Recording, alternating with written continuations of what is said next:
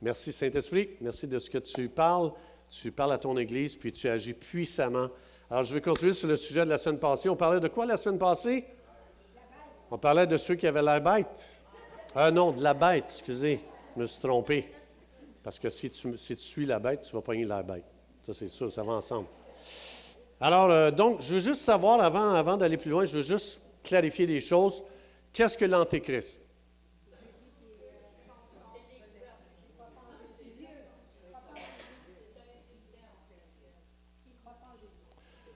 OK. C'est pour ça que je voulais le ramener. Un antéchrist, c'est très simple, c'est quelqu'un qui enseigne des choses fausses sur Jésus. Contrairement à ce que plusieurs disent, c'est un leader religieux politique qui va contrôler le monde. Pas vrai. La Bible ne dit pas ça. C'est très simple. L'antéchrist, c'est une personne, n'importe qui, il y en a plusieurs, n'importe qui enseigne des choses fausses sur Jésus. Et vous trouvez ça dans les Épîtres de Jean. Il n'y en a pas ailleurs d'Antéchrist. Il n'est pas dans l'Apocalypse, il n'est pas nulle part ailleurs. La bête, c'est quoi? 7 rois. Basileus en grec. Et Basileus ne veut pas... Oui, roi, il est inclus dans Basileus. C'est n'importe qui dirige un peuple, une organisation, n'importe quoi. Alors, c'est des têtes dirigeantes. C'est ça, Basileus, que ça veut dire. Parce qu'aujourd'hui, tu as des gouvernements qui sont des Basileus. Au lieu d'un roi, tu as un pays qui peut avoir un roi, Basileus. Ça veut dire simplement quelqu'un qui est en tête, c'est le souverain du pays. Alors, c'est des... donc, la bête, c'est 7 têtes, donc 7 têtes dirigeantes de système ou de gouvernement politique. Et tu avais aussi, la bête est composée de combien de cornes? 10 cornes. Et les 10 cornes, ça représente quoi encore? 10 rois, 10 Basileus encore. Il y a juste une différence, les 7 têtes, eux autres, c'est une femme qui est assise sur 7 montagnes, qui sont 7 rois. Je ne l'expliquerai pas aujourd'hui, mais juste pour qu'on comprenne la bête. Donc, il y a beaucoup de gens qui disent, la bête, c'est un leader politique qui va contrôler le monde. C'est pas vrai, c'est pas ça que la Bible dit.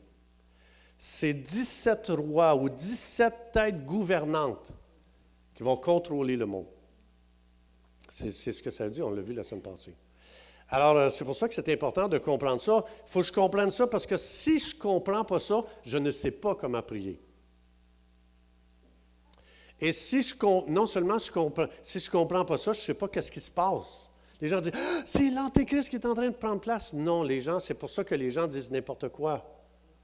C'est pas ça du tout.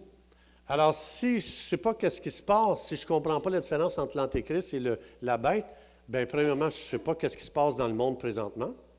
Je vais penser que c'est l'Antéchrist qui est opérant quand c'est la bête qui est opérante. Et comment la Bible décrit la bête, c'est très différent de l'Antéchrist. Ce n'est pas les mêmes œuvres. Alors, et non seulement je ne sais pas comment prier si je ne comprends pas ça, c'est que je vais contribuer à aider la bête à s'installer et avoir encore plus de pouvoir. Puis aujourd'hui, on va voir un témoignage de quelqu'un qui ne comprenait pas ces choses-là, et il a travaillé, il a donné sa vie à aider la bête à réussir. Et c'est pour ça que c'est important de comprendre ces choses-là. L'Église doit comprendre, parce que la Bible nous a été donnée à nous. Et dans Apocalypse, il commence comme ça, dans le premier chapitre, il dit « Heureux ceux qui lisent les paroles de ce livre. » On n'est pas supposé dire « Ah, un autre sujet. » On est supposé dire « Wow! » La Bible a réservé une bénédiction spéciale pour les gens qui se penchent sur le livre de l'Apocalypse. Et c'était pour vous bénir. L'ours et le lion. Alors, donc, c'est dans la Bible, quand la Bible utilise des animaux pour expliquer des têtes dirigeantes, ça parle des gouvernements ou des rois. Alors, ce n'est pas nouveau. L'Apocalypse, c'est seulement une continuité de ce que ça a été dit ici dans Daniel. On va aller voir dans Daniel. Et vous allez voir que c'est quand même assez impressionnant. C'est encore la même chose que l'Apocalypse. Alors, ici, dans Daniel, ça dit « Daniel eut un songe et des visions de son esprit. » Et là, il va voir les bêtes qu'on a vues dans l'Apocalypse. Puis il va décrire qu'est-ce qu'elles vont faire. Mais dites-moi, pourquoi Daniel, Dieu a dû lui donner une vision? Parce qu'on va voir tantôt les 3 bêtes. En fait, il y en a 4 qui vont parler. Mais en fait, pourquoi ça prend une vision pour comprendre?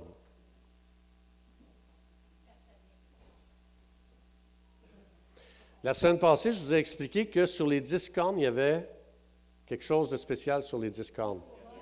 Un diadème. Et un diadème, ça représente quoi? C'est qui porte ça? C'est des têtes dirigeantes, hein? Un roi ou bien, ici, l'idée Basileus, ça veut juste dire c'est des dirigeants de ce monde. Alors, une chose, ça disait que vous allez voir sur leur tête des diadèmes, un diadème, mais à l'intérieur, c'est une bête. Ce que ça veut dire, c'est que vous et moi, on va voir des têtes dirigeantes, juste le diadème. Ça veut dire qu'on va être trompé par la vue. Hein, il va avoir une apparence royale.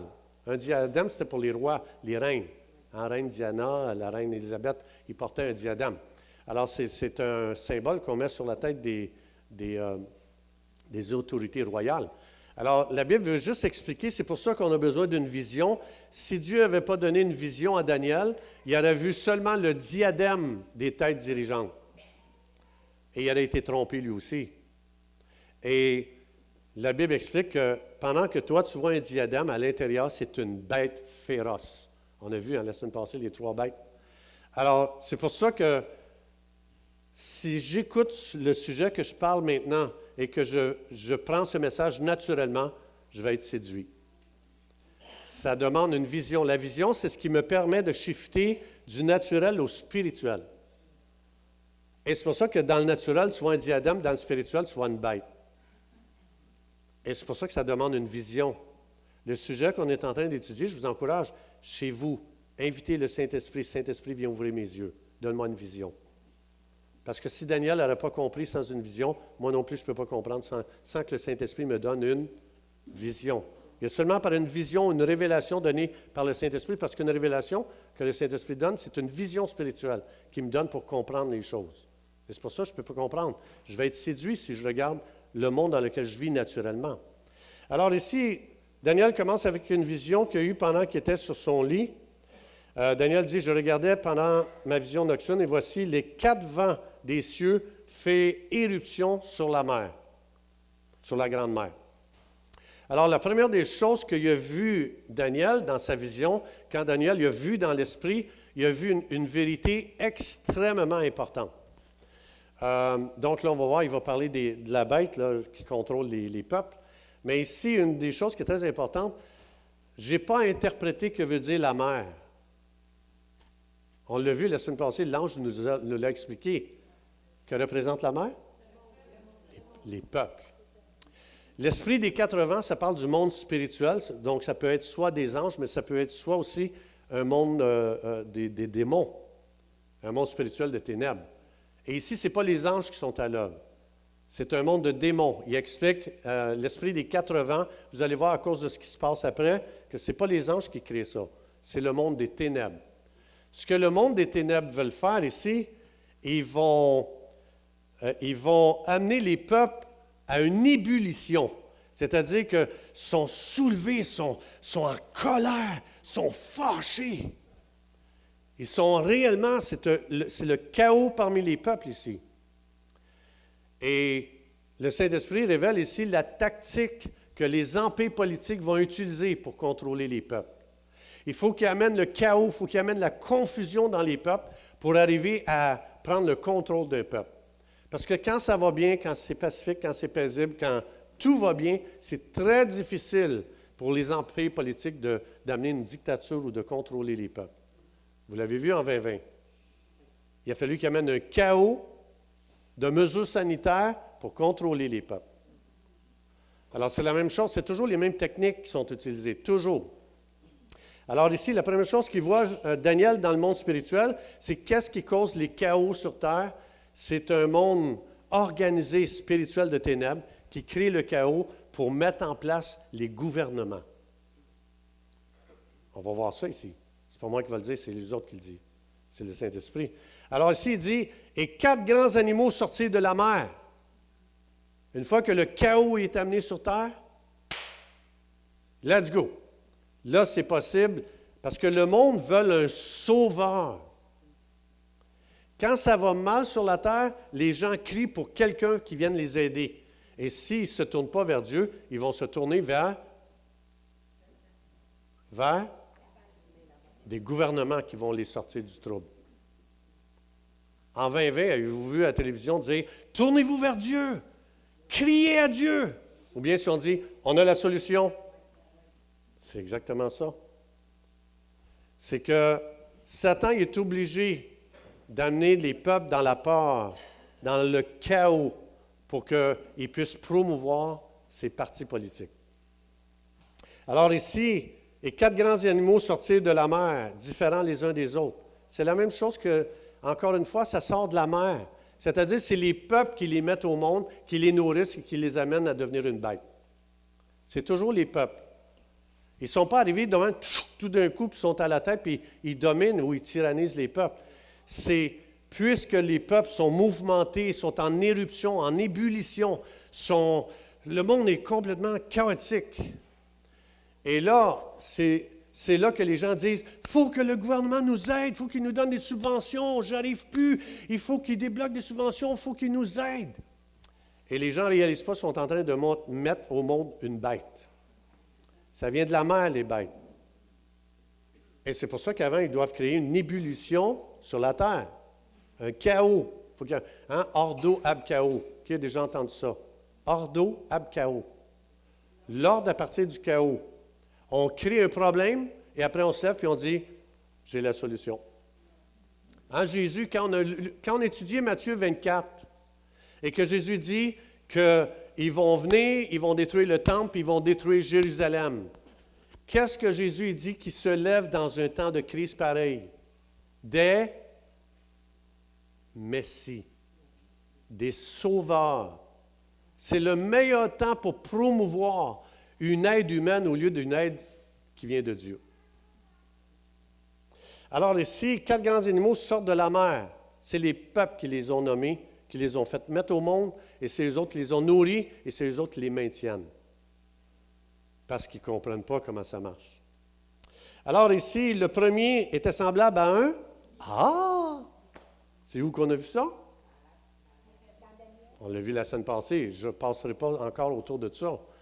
Mais ici, encore une fois, le lion. Il avait des ailes d'aigle. Je regardais jusqu'au moment où ses ailes furent arrachées. Il fut enlevé de la terre et mis debout sur ses pieds comme un homme, et un cœur d'homme lui fut donné. Donc, ici, on ne passera pas à travers de ça. C'est juste l'idée de comprendre comment la bête naît. Comment est-ce que la bête prend place et comment est-ce qu'elle devient puissante pour oppresser les peuples. C'est exactement, il faut créer un conflit, un chaos, il faut créer des problèmes. Et puis là, les peuples sont ouverts à ce qu'il y ait une dictature humaine qui vienne les contrôler. Hein? Dans la pandémie, on vous offre la PCU. Ah, c'est drôle ça. Bizarre. Des hot dogs. Et voici, un second animal était semblable à un quoi? Ah, encore! Encore un ours. Alors, ici, il se tenait sur un côté. Il avait 3 cordes dans sa gueule entre les dents et on lui disait, « Lève-toi, mange beaucoup de chair. » Après cela, je regardais et voici, un autre était semblable à quoi? Encore une fois. Le premier qui a commencé le premier gouvernement sur terre, son nom veut dire léopard. Son nom, c'est Nimrod. Nimr veut dire léopard. Parce que c'est le premier gouvernement qui a pris place sur terre. Et il n'a pas réalisé, mais il a mis au monde un monde spirituel qui va oppresser les peuples. Donc, ça vient de là. Alors ici, il y avait sur le dos 4 ailes comme un oiseau. Cet animal avait 4 têtes. C'est assez bizarre. Et la domination lui fut donnée. Après cela, je regardais pendant ma vision nocturne et voici, il y avait un 4e animal terrible, épouvantable et extraordinairement fort. Il avait de grandes dents de fer. Il mangeait, brisait et il foulait aux pieds ce qui restait. Ils étaient différents de tous les animaux précédents. Parce que le dernier animal est là. Intéressant. Daniel il avait déjà vu dans le monde de l'esprit la dernière bête, à quoi elle aurait l'air. Et je vais vous montrer ça ici. Voici ce que Daniel, bon, ça c'est connu de tout le monde, je pense que je n'enseigne à rien, mais la statue de Nebuchadnezzar qu'il avait vue dans son rêve, où la représentation ici de ces animaux, ça représente 4 empires différents. Donc ici, la tête, il l'explique, la tête d'or et le lion représentent Babylone. Il y avait combien de rois à Babylone? Je vous donne la réponse. 1. Ensuite, il est tombé cet empire politique-là. Un autre empire politique a pris place qu'on appelle l'empire. Alors lui ici, c'est représenté par l'ours, l'empire des Perses, l'empire perse qui a pris place après l'empire Babylone. Et après ça, tu as eu l'empire grec qui est représenté par le léopard. Et la dernière bête qu'on a vue dans l'Apocalypse, c'est ici en bas. Ça a commencé avec Rome. C'est juste que ce n'est pas terminé. Elle a toujours dominé, et les gens pensent qu'elle ne domine plus, mais dans l'Apocalypse, ça dit qu'elle domine encore, mais sous un autre mandat. On va le voir. Je ne sais pas si on va se rendre là. Si on me donne la permission de continuer sur le sujet, je vais vous expliquer c'est quoi. Mais ici, ce que vous voyez ici, chaque empire avait seulement un roi. L'empire de Babylone, l'empire des Perses et l'empire grec avaient seulement un roi. Mais ça dit que le dernier a 10 cornes. Et c'est pour ça qu'il y a des dents de fer, et c'est pour ça qu'on n'aura jamais vu une bête comme celle-là, parce qu'elle est composée de 17 rois, en fait. En fait, c'est que tu as 10 cornes, qui c'est 10 rois, tu as 7 têtes, c'est 7 collines, ça nous explique que c'est 7 rois. Mais en fait, c'est que le principal est mis sur les 10 rois, les 7, ça dit que la femme est assise sur les 7 collines. Je n'ai pas le temps aujourd'hui d'expliquer ça, mais c'est pour ça qu'ici, il parle principalement des 10 cornes. Parce que les autres ont complètement un autre mandat, les 7 têtes, les 7 rois.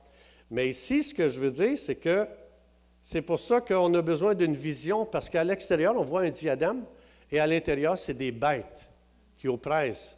C'est de la dictature, ils amènent les peuples dans l'esclavage. Alors, donc, ce que ça veut dire, une nouvelle... Ah oui, bon, je vais vous montrer quelque chose d'intéressant ici. Savez-vous qu'est-ce qu'on a mis devant l'ONU? Avez-vous déjà vu ça? Qu'est-ce qu'on a mis devant l'ONU? Voici la statue qu'il y a devant l'ONU, à New York. L'ONU est composée de 193 pays. Ça ici, ce que vous voyez, c'est la bête qui est parlée dans Daniel ou dans l'Apocalypse. L'ONU s'identifie comme étant la bête du monde. Bien, c'est pas moi c'est eux autres qui ont fait ça, là. Si tu vas à New York, tu peux aller devant l'ONU et tu vas voir cette statue-là, qui est une statue apocalyptique, sauvage, qui représente le regroupement des têtes du monde, des rois, des basileus. Tu dis, oui, mais je ne comprends pas. Tu as dit qu'il y avait seulement 10 cornes, puis il y a 193 pays qui ont joint l'ONU. J'ai une petite nouvelle pour vous. Alors ici, je veux juste vous dire, donc ça c'est une sculpture d'une bête arc-en-ciel féroce devant l'ONU. Elle a été installée sur l'esplanade du siège des Nations à New York. Elle est appelée le gardien de la paix. Est-ce que c'est vrai que la Bible dit que la bête va amener la paix sur la terre? Ah, OK. Elle est nommée le gardien de la paix de l'humanité et aussi de la sécurité internationale. C'est fou, hein? Là, ça veut dire qu'eux le savent. Il faut que tu aies lu la Bible pour ça. Puis eux autres, ils s'identifient comme étant la bête du monde. Maintenant, tu dis, oui, mais c'est 193 nations, ça ne marche pas, c'est 193 nations. C'est vrai. Mais ce qu'il faut savoir, il y a un gars qui s'appelle Dr. Calin. Calin Georgescu. Il a été pendant de nombreuses années un haut collaborateur des Nations Unies, qu'on appelle l'ONU, et du Club de Rome. Cet homme, j'ai mis son témoignage sur le site le 1236. C'est sous-titré en français. Malheureusement, c'est en anglais. Parce que vous savez que Dieu est américain. Vous ne savez pas ça? J-E-S, U-S, Jésus. Son nom, c'est ça veut dire en anglais? J-E-S, U-S. Alors, donc ici, ce qui est intéressant, c'est que ce gars, il a donné sa vie à l'ONU. Et c'était un très, très haut placé. Et le gars, il dit, j'ai lu moi aussi le diadème. L'ONU, c'est le gardien de la paix et de la sécurité internationale. Il dit, jusqu'à temps, dans les bureaux, on dit ça. Il dit, moi, il travaillait pour l'environnement à l'ONU. Il dit, je suis descendu parmi le peuple et j'ai marché parmi le peuple et j'ai réalisé qu'à l'ONU, ils ont un langage codé. Quand ils écrivent paix, ils veulent dire guerre, diadème. Quand ils disent sécurité, c'est qu'on va créer le chaos dans les nations pour mieux dominer. Allez écouter le témoignage de ce gars-là, vous allez voir. Ce gars-là, il est sorti de l'ONU et aujourd'hui, il dénonce les plans maléfiques de l'ONU. Je vous l'ai dit au début, si je ne comprends pas la différence entre la bête et l'autre, c'est l'Antéchrist, ce gars-là, puisqu'il ne savait pas quelle était cette organisation-là, il a étudié, il a donné sa vie, son temps, ses talents à aider la bête à s'installer. Parce qu'aujourd'hui, ce gars-là, il témoigne de Jésus. Et il parle de Dieu, vous allez l'entendre dans la vidéo. Alors ici, regardez bien, le nouvel ordre mondial réorganise ces 193 nations en 10 supernations. Cette réorganisation ne suivra pas les frontières nationales traditionnelles. Il n'y aura plus de Canada, États-Unis. Les frontières n'existeront plus comme ça, là. Alors ici, voici la carte des 10. Ça, c'est UN, les Nations Unies. Le monde est divisé en 10 régions. Donc, ce n'est plus 193 pays indépendants. Le monde est dirigé en 10 régions par l'ONU. Alors, ici, les 10 régions, c'est 10 sphères d'influence, c'est des organisations nationales, tu as l'Amérique du Nord, etc. Je n'ai pas besoin de toutes les nommer, ça ne donne rien. Mais ce que je veux dire, c'est pour ça que Dieu, il veut donner à l'Église des yeux pour voir puis de comprendre. Soit dit en passant, je vois France qui a pris une photo, c'est super, vous pouvez prendre des photos comme vous voulez, mais c'est ici qu'il faut prendre des photos, ce n'est pas là, c'est ici. Vous n'êtes pas bien orienté. Non, je veux juste vous dire qu'André, lui qui travaille dans les coulisses et qui fait un travail extraordinaire, il va maintenant, parce que les gens disaient qu'on ne voyait pas les versets à l'écran, à partir de maintenant, André, il a décidé de donner de son temps, d'investir, de faire un montage. Merci, André. Et vous allez avoir toutes mes notes. À l'écran. Ça va être là. Donc, je veux juste vous dire, si jamais votre batterie de cellulaire est faible, vous devenez frustré. Ah, je voulais le prendre. Maintenant, ils vont être sur les vidéos sur le site. Alors, donc, tout ça pour dire, M. Canin ne savait pas, il ne savait pas qu'est-ce qu'il y avait derrière là. Puis ça vaut la peine de l'écouter parce que ce gars-là travaillait avec ces gens-là. Donc, le gars ne parle pas à travers de son chapeau. Ce n'est pas moi qui vous dis ça. C'est lui qui dit ça dans la vidéo. Et ça revient à dire ce que Dieu dit dans Osée 4.6, « Mon peuple est détruit parce qu'il lui manque la connaissance. En 2020, je l'ai vu. Tu as beau être chrétien, tu as beau être une église. Si tu ne sais pas qu'est-ce qui se passe et comment ça marche, tu vas te soumettre à la bête. Alors, puisque tu as rejeté la connaissance, etc., le verset continue. C'est dans notre devoir, en tant qu'Église, en tant que croyant, on est supposé d'être la lumière du monde. On devrait être capable d'éclairer les gens sur qu'est-ce qui se passe dans le monde. Au lieu d'entendre des choses agréables, comme la Bible dit, « Donne-moi quelque chose d'agréable à entendre. » Non, il faut que je vous dise les vraies choses pour avoir les yeux ouverts. Alors ici, ce qui est très intéressant, je retourne ici, donc ça vaut la peine. Allez lire là-dessus, vous allez voir, c'est extraordinaire. Donc, ça, c'est ce qu'on vit présentement, là. Ça, ce n'est pas nous qu'on a attribué ça à l'ONU. C'est l'ONU qui s'est attribué. Nous sommes la bête du monde. Nous sommes la bête de l'Apocalypse. On va dominer, on va régner et on va asservir tous les peuples de la terre. Alors, ce n'est pas moi qui ai dit ça, hein, c'est écoutez le témoignage du gars, vous allez voir. Alors, c'est super intéressant, mais là, il faut passer à autre chose, il faut avancer. Alors, je reviens ici la semaine passée et je vais terminer avec ceci. Il faut, pour mieux comprendre qu'est-ce qui se passe, OK? Alors, je reviens dans l'Apocalypse, c'est ça la semaine passée qu'on lisait. Je vis monter de la mer une bête, Tyrion, qui avait 10 cornes et 7 têtes, et sur ces cornes étaient 10 diadèmes, hein, les 10 cornes qu'on a vues tantôt. Et sur ces têtes étaient des noms de blasphèmes, j'ai expliqué ça la semaine passée. La bête que je vis était semblable à un léopard, à un ours et à un lion, etc. Bon, c'est ça ici. Le dragon.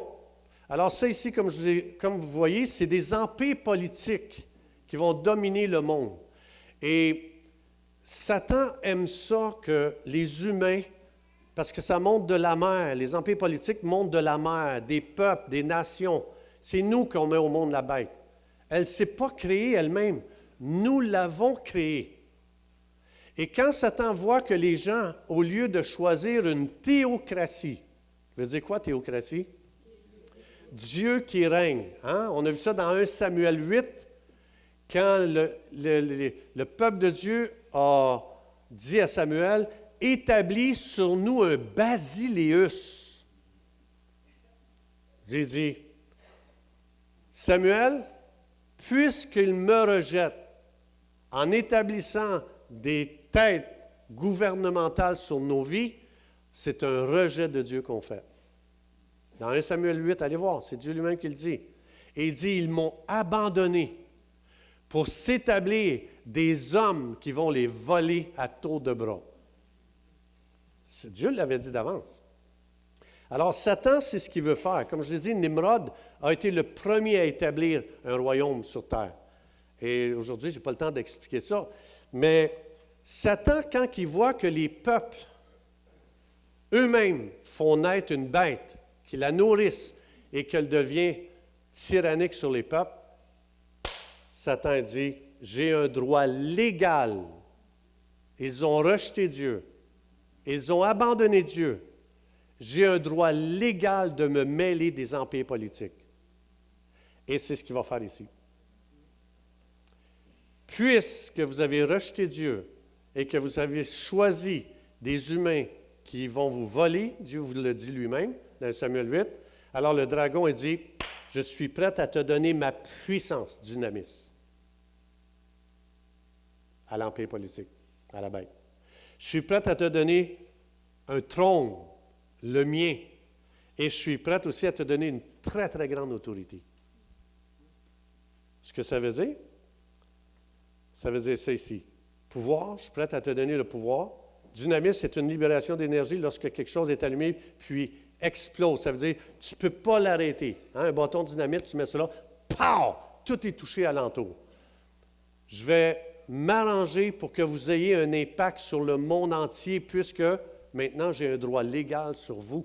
Vous avez rejeté Dieu. Alors ici, mais ce n'est pas juste ça, c'est un pouvoir capable de tout. Et c'est pour ça que la bête, quand tu la lis, la 4e bête, elle a un pouvoir destructeur, parce que là, ce n'est plus un empire politique qui contrôle.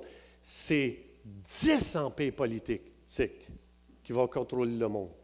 Et ces 10 empires politiques-là vont travailler avec 7 autres rois qui vont contrôler toutes les organisations d'influence du monde. Les 7 montagnes. Aujourd'hui, je n'ai pas le temps d'expliquer ça. Donc ici, Satan il dit, je suis prêt à te donner une force surnaturelle. Ce ne sera pas ton génie humain qui va faire ce que tu deviens. Ça va être moi qui va t'inspirer une force surnaturelle pour atteindre ton but. Parce que puisque maintenant vous avez rejeté Dieu, maintenant j'ai le droit d'opérer légalement avec les gouvernements. Ensuite, Satan dit, je te donne aussi mon trône, tronos en grec. Ce que ça veut dire, c'est un siège d'autorité élevé et majestueux. C'est ça que ça veut dire, tronos en grec. C'est l'emblème d'autorité royale. Ce que ça veut dire, Satan dit, je vais, moi, puisque maintenant j'ai un droit légal, je vais choisir des gens qui vont être en accord avec moi dans mon agenda. Je vais vous donner des positions d'autorité que personne d'autre pourra avoir. Ça veut dire, si quelqu'un est droit, si quelqu'un est intègre, hein, je vois des croyants des fois qui essayent de monter les échelons. Tronos, ça veut dire que Satan va contrôler les positions les plus élevées des partis politiques du monde. C'est ce que ça veut dire. Vous avez faim, hein? Et il dit, je vais te donner aussi autorité. Ça, c'est le dragon. Le dragon, c'est le symbole des ennemis de Dieu et du peuple de Dieu. Ça veut dire, puisque maintenant vous avez rejeté Dieu, ah ben moi, puisque maintenant vous êtes ennemis de Dieu, empire politique, ben je pense qu'on fait bien ensemble. Moi, je suis le dragon, vous avez rejeté Dieu, vous êtes devenus ennemis de Dieu. On peut se donner la main puis on peut travailler ensemble. C'est le dragon. Il s'en mêle. Ce que ça veut dire, quand les peuples rejettent Dieu, ils ne veulent pas une théocratie. C'est pour ça qu'on nous a fait à croire que la démocratie, c'était le meilleur système politique. Prenez le premier mot du mot démocratique, c'est quoi? Démon. Il n'y a jamais Dieu dit, à moins mon peuple que tu choisisses de devenir un parti démocratique. Ah là, oui! Non. Prends n'importe quel parti politique, c'est toute la même chose. C'est tout pareil. Il y a un seul parti qui est vrai, c'est le parti théocratique. Quand Dieu règne, et c'est ça que les peuples vont faire. Les peuples vont tomber à genoux, ils vont arrêter de croire dans les partis politiques et les gens vont se tourner vers Dieu tellement ils vont être dans la par-dessus la tête. Ça va être tellement terrible que les gens vont crier à Dieu, ils vont dire à Dieu de revenir. Et là, Dieu va revenir. Hein, dans Romains 11, le peuple juif au complet va se convertir. Et là, la planète va shifter. Alors, Exousia, le dragon, a dit, puisque moi j'ai rejeté Dieu, vous autres aussi, on va travailler ensemble, je vous donne d'abord une autorité. Hein. Vous vous souvenez quand Satan dit à Jésus, je te donne toutes ces choses. Si tu te prosternes et m'adores. Le fait que Satan donne ça aux empires politiques, ça révèle quelle position ils ont. Ça révèle combien ils ont fait de compromis. Satan voulait amener Jésus à faire un compromis ou des compromis. Change ses pierres en pain. Et Jésus dit, il est écrit. Puis là, Satan dit, je te donne toutes ces choses si tu te prosternes et m'adores. Jésus dit, jamais tu adoreras le Seigneur ton Dieu. Donc, s'il donne ces choses aux empires politiques, c'est qu'ils se sont prosternés devant Satan et ils l'adorent. Et c'est pour ça que c'est dangereux. Il faut que nos yeux s'ouvrent, là. Il faut que nos yeux s'ouvrent. Que celui qui a des oreilles entende ce que l'Esprit dit à l'Église. Alors, il donne Exousia, je vais te donner l'autorité aux empires politiques. Ce n'est pas des gens. C'est à un empire politique, une organisation bestiale politique. Alors, c'est un pouvoir exécutif avec la permission d'utiliser l'autorité, la puissance du règne au gouvernement. C'est une puissance qui oblige le sujet à soumettre sa volonté à sa volonté et à obéir aux ordres qui sont donnés, c'est-à-dire, je vais vous donner une capacité d'amener les peuples dans une tyrannie incroyable. Ils vont devoir se soumettre à vous et surtout, je vais travailler avec vous autres pour qu'il n'y ait jamais de la résistance ni d'opposition. Le dragon travaille à faire ça, pas avec n'importe qui, avec des gens qui refusent un système théocratique, avec des gens qui croient dans le gouvernement. Aussitôt que tu crois que le gouvernement va te faire du bien, tu es en danger. Gravement. Gravement. Dieu veut que les peuples se lèvent et qu'ils deviennent souverains. Dieu veut que les individus se lèvent et qu'ils pratiquent leur souveraineté. Celui qui pourvoit à mes besoins, ce n'est pas le gouvernement, c'est Dieu. Il faut revenir à Dieu. Mais vous remarquerez comment les gens comptent toujours sur le gouvernement. Des subventions, un retour d'impôts, n'importe quoi. Et on ne réalise pas qu'on est en train de nourrir la bête quand on fait ça. Et même les églises, retour d'impôts. On nourrit la bête. Saint-Esprit, on veut te remercier pour la parole de Dieu. Et on vient te demander, Saint-Esprit, ton aide. On vient lier l'intelligence qui veut essayer de saisir les choses de Dieu et on délie l'esprit de révélation qui nous amène dans un esprit de compréhension et de révélation donné par Dieu pour avoir l'intelligence. Avez-vous remarqué Nebuchadnezzar, qu'est-ce qu'il a fait à Daniel et ses amis? À Babylone? Il a fait faire une statue puis il a exigé l'adoration. Ça n'a jamais changé. C'est toujours ça, une bête. Ça vole ta liberté et ça t'exige de vivre d'une façon que lui veut. Et qu'est-ce que Daniel a fait? Il a refusé. Qu'est-ce que les amis de Daniel ont fait? Ils ont refusé. Alors, Saint-Esprit, donne-nous le cœur de Daniel. Donne-nous d'être des Daniel, d'être les amis de Daniel, qu'on refuse de faire ce qui va t'hériter, toi, Seigneur. Donne à ton Église ce cœur courageux, ce cœur de Daniel qui se tient, qui comprend que jamais je dois me prosterner devant un empire politique qui a rejeté Dieu et qui me demande de me mettre à genoux devant lui. Donne-nous d'être ces Daniel de notre génération. J'appelle, comme Ézéchiel a prophétisé que ces eaux revivent, je prophétise que l'Église, ça va être une Église de Daniel et d'amis de Daniel. Et des gens qui comprennent, pas des gens qui vont attaquer l'autorité, mais qui ne se soumettront pas quand ça va être anti-Dieu. Et qui vont comprendre Dieu va envoyer, il va fermer la gueule des lions et qu'il va nous faire marcher à travers la fournaise de feu sans qu'on sente le feu, sans qu'on brûle. Dans le nom de Jésus, j'appelle un réveil dans l'Église de Jésus-Christ. Amen. Soyez bénis. Bon dimanche, bonne semaine.